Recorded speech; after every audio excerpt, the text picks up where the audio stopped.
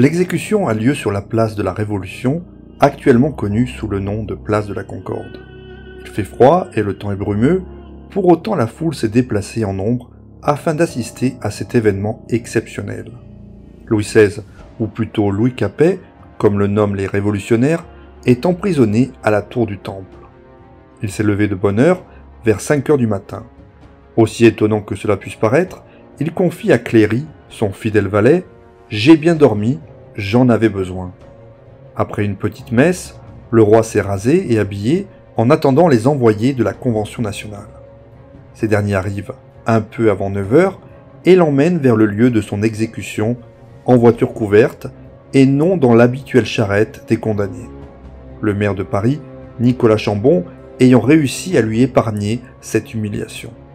Pour protéger le convoi, l'armée est à chaque coin de rue et des canons disposés aux endroits stratégiques de Paris. Pourtant, certains vont bien tenter de sauver le roi, mais en vain.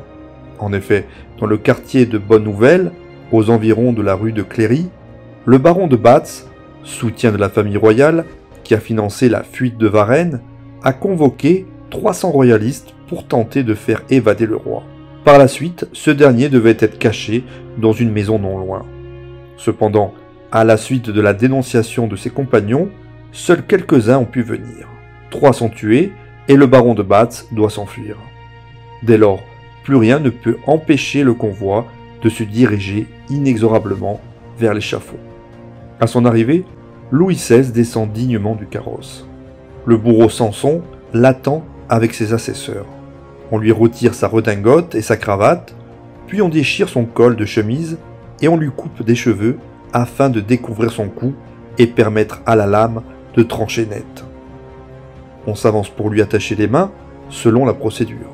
Le roi s'indigne alors, mais on parvient à le convaincre malgré tout. Son confesseur l'aide à gravir les marches jusqu'à l'échafaud. Le condamné a juste le temps d'adresser à la foule ces quelques mots. « Je meurs innocent de tous les crimes que l'on m'impute. Je pardonne aux auteurs de ma mort. Je prie Dieu que le sang que vous allez répandre ne retombe jamais sur la France. » Il est aussitôt interrompu par les roulements de tambour. Louis est placé sur la guillotine, puis on bascule la planche.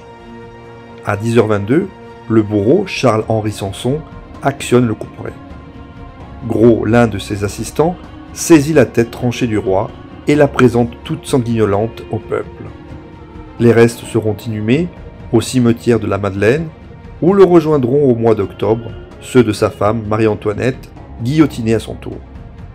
En attendant, depuis sa prison, cette dernière a perçu le bruit du canon qui annonce la mort de son époux. Elle sait bien qu'à présent, tout l'héritage des Bourbons repose sur son fils aîné, également emprisonné. Le roi est mort, vive le roi, sauf que ce roi en question n'est qu'un enfant de 8 ans et qui ne régnera jamais.